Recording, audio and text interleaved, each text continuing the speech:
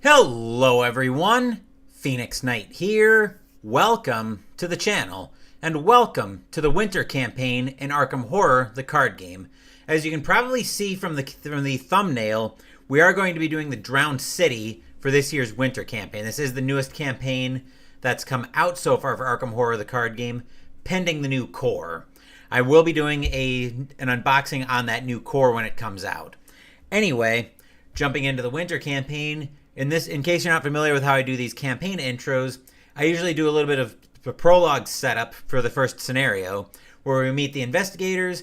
We go through a bit of a story. We go through a little bit of the introductory story. We meet the investigators, do the first tarot reading, and then we're on to the first scenario on Sunday, as Jester's first to stop by. Happy New Year to you as well, Jester. 2026 is actually off to a great start so far. We've got we're already into the 2001 baseball season replay and payoff pitch. We had quite a wild game. I think you left when it was looking like it was getting bleak for the Blue Jays, but I'm not going to spoil how that ended. And afternoon, Jay, how's it going? You're just in time to see the campaign intro for this year. So, first order of business is let's start setting the scene here for the Drowned City. We'll first start off with the little bit of text at the beginning of the campaign guide, as we're looking at the Risen Deep. The nightmare corpse city of Relay that was built in measureless aeons behind history by the vast, loathsome shapes that seeped down from the dark stars. There lay great Cthulhu and his hordes, hidden in green slimy vaults and sending out at last, after cycles incalculable, the thoughts that spread fear to the dreams of the sensitive and called imperiously to the faithful to come on a pilgrimage of liberation and restoration.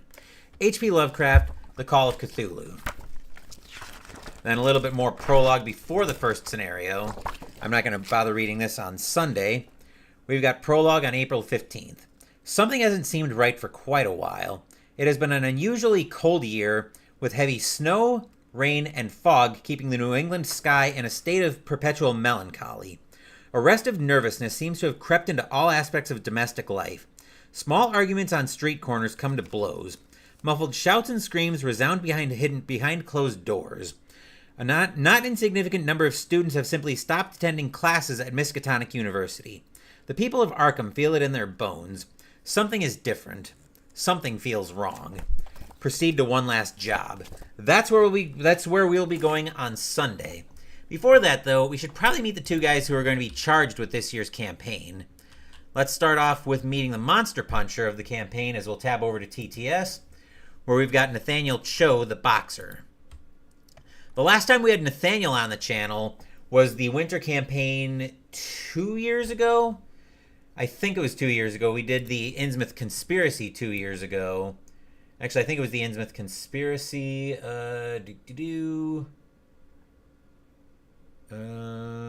Winter campaign 2026. No, actually, it was 2 years ago because that's right, we did the Innsmouth Conspiracy in 2024. And Nathaniel was actually the monster puncher in the campaign, where I invented the term Akachiing a deck. What Akachiing a deck means is to basically nuke it from orbit, and, well, it's more like want to blow it up after the first scenario and start anew. That's what Akachiing a deck is, because it was actually my Akachi deck from that campaign that I wanted to blow up. So we're going to run Nathaniel back with a new Seeker. Let's take a look at Nathaniel Cho, the boxer, though. 3 will, 2 lore, 5 combat, 2 agility. So, yeah, no bonus points for what he's doing. Criminal Warden. As his reaction ability, when you deal damage to an enemy by an event or a fight ability on an event, deal 1 additional damage, limit once per phase. His Elder Sign effect is a +1. If the skill test is successful during an attack, return an event from your discard pile to your hand. I must fight on. 9 health, 6 sanity. We'll flip the card over, see his deck size is 30. Deck building options, Guardian cards 0 to 5, Neutral cards 0 to 5. Deck building requirements that don't count toward deck size. Randall Cho, Tommy Molloy, both of those we'll look at, and a random basic weakness. When up-and-coming boxer Nathaniel Cho was offered lots of dough for a title fight, he thought he'd finally hit the big time. But his promoter turned out to be part of the notorious O'Banion gang, and Nathaniel was pressured to fix fights by taking a dive every now and then. His refusal led to his brother Randall's accident. Nathaniel is rightly fed up with the mobsters endangering Arkham's citizens on a nightly basis. Now he puts his fists to better use, patrolling the streets and defending others from harm. But he's about to find out that there are much more dangerous things that lurk in the shadows of Arkham than simple gangsters. As he'll probably find out when we go swimming in the winter campaign. First, let's look at Nathaniel Cho, concerned brother. 2 costs to play, he's an ally. Will, lore, wildcard on commit. Nathaniel Cho deck only. As a reaction, after Randall Cho enters play, heal 3 damage or search your deck or discard pile for a weapon asset, play it paying its cost, and shuffle your deck. You gotta give this up, Nathaniel. Sooner or later, you're gonna get yourself killed. 1 health, 3 sanity. And one of the beings interested in trying to kill him is Tommy Malloy. 2/3/3. 2 health, 2 combat, 3 health, 3 evade. Humanoid Criminal Syndicate. Prey, Nathaniel Cho only. And actually, I think I just realized you can actually see the other investigator, so I want to make sure you can't yet. He's a hunter. Forced, when Tommy Malloy would take any amount of damage, reduce that damage to 1. They call him the Big Palooka. Nathaniel calls him Scum. Initial impression, I'm with Nathaniel on that one. Does 2 damage on attack. Now let's go meet his new partner. We've got a new investigator from the Drowned City. We're looking at Lucius Galloway, the poet. 2 will, 4 lore, 1 combat, 5 agility. He's not doing a lot of fighty things in this campaign. Scholar Dreamer.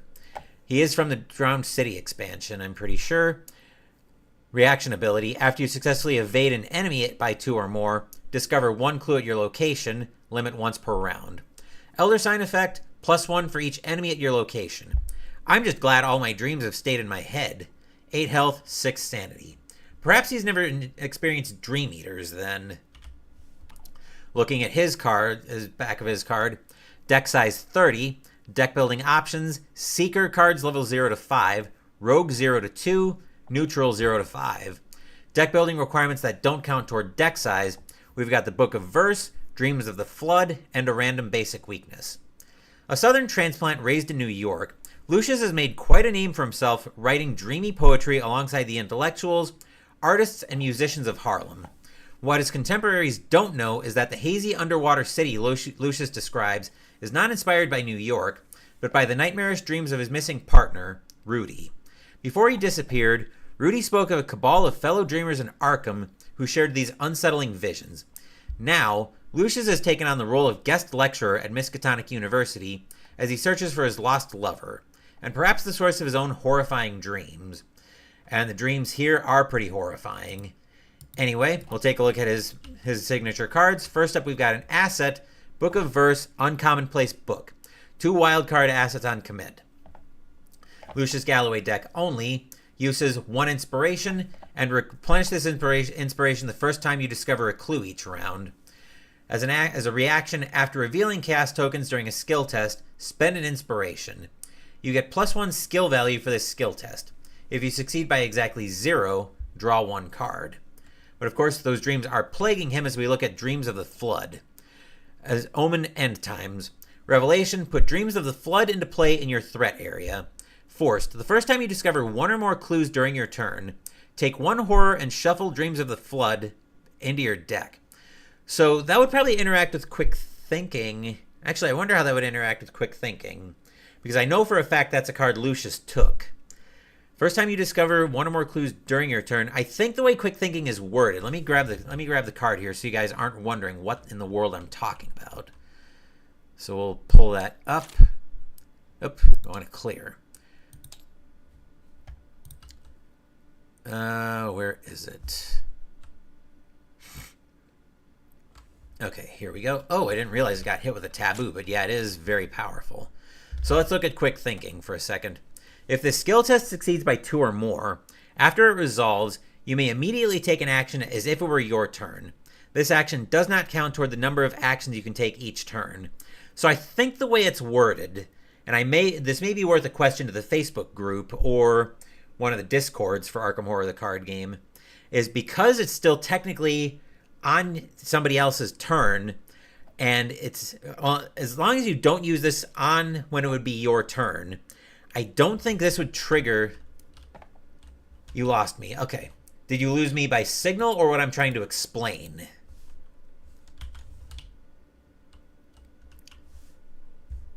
As Philip Reynolds also stopping by for the intro to the winter campaign. I went away for a bit. Okay, so it sounds like there was a signal issue. Hopefully your New Year's off to a good start as well, Philip. So looking at Dreams of the Flood, first time you discover a clue during your turn. I think the way this is worded, as long as you don't use it when it is your turn, it shouldn't trigger quick thinking. But that'll be worth confirming that interaction just to see how that works out. So that'll be something. Actually, let me make a note of that so I don't forget. I've got some scratch paper over here.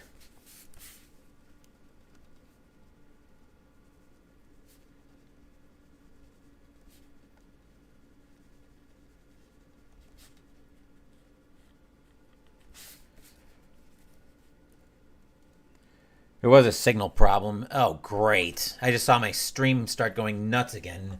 And it's been so reliable. It's been so reliable the last couple of days. Quick thinking triggered Dreams of the Flood. I'm pretty sure YouTube just decided, yep, YouTube just decided it was having a meltdown again. Delightful. So I'll probably have to re-upload.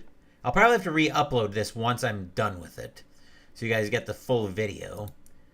That's irritating. But I guess where the ramble's going is I'm going to be probably asking the Facebook group, one of the Facebook groups, how these two cards in particular interact with each other.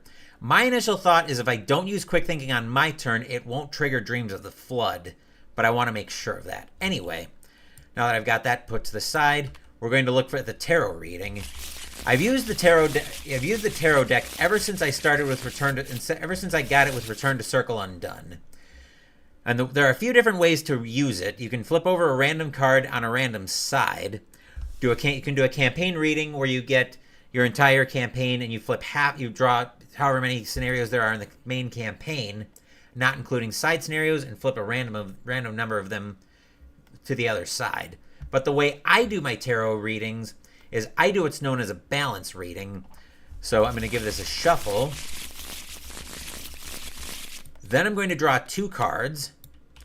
We'll go through them. First up, we've got the Star 17. After an investigator reveals an Elder Sign token during a skill test, they may heal 1 damage or 1 horror on the good side. Or on the bad side, after an investigator reveals a Tentacle token during a skill test, they must either take 1 damage or 1 horror. Yes, I can read that upside down somehow. And we've got the Lover's 6. When the game begins, each investigator searches their deck for an ally asset, adds it to their hand, and shuffles their deck. Or when the game begins, each investigator searches their deck for an ally asset, removes it from the game, and shuffles their deck. So we've got our two cards here, and we have the option, and the way I do a balance reading is we'll flip one of them to the other side. So basically, whichever side's legible on the table is the one you'll have active for the scenario. That's the irritating thing, is it zooms in, but it doesn't rotate. So it's a little irritating with TTS, but no problem there. And I didn't see the tarot deck when I was looking on dragon cards for this. I was thinking of doing the first scenario in dragon cards, but there are a lot of misgivings I have with dragon cards, specifically for Arkham Horror, the card game, and how I run some of my campaigns. So I'm not sure I'm going to use dragon cards for Arkham. I didn't mind it for Marvel Champions, and I don't play Lord of the Rings. So I could see using dragon cards for Marvel Champions, but like I said, I'm very shy about using it for Arkham. So I think we're going to flip the star. I think we're going to flip the Star 17. So I'm going to make another note. Okay, so we've got the Lover's 6 as good. Search for an ally into hand.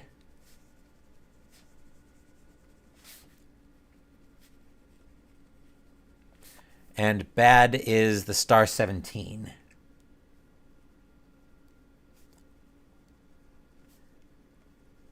Tentacle. Take 1 or 1. That's 1 damage or 1 horror. Seems like things have settled down for my stream just in time here to wrap it up. So I'll bring it back up top here. to wrap it up. So we're still busy on the channel coming up. I'll plug everything. Actually, the only thing I'm going to plug right now is we will be heading to Coors Field in Denver, Colorado for Block 2 of the 2001 baseball season replay and payoff pitch baseball a little bit later this afternoon, as the St. Louis Cardinals will be in town to play the Colorado Rockies. Matt Morris will be on the hill for the Cardinals against Pedro Estacio for the Rockies. I'll plug everything else after I'm done with payoff pitched for the day. Thank you for watching the video. Please give the video a thumbs up and subscribe to the channel. Be sure to turn on notifications so you get my content. Be well, stay safe, take care of yourselves and your loved ones, and I'll be back with more videos in the future. Until then, take care everyone.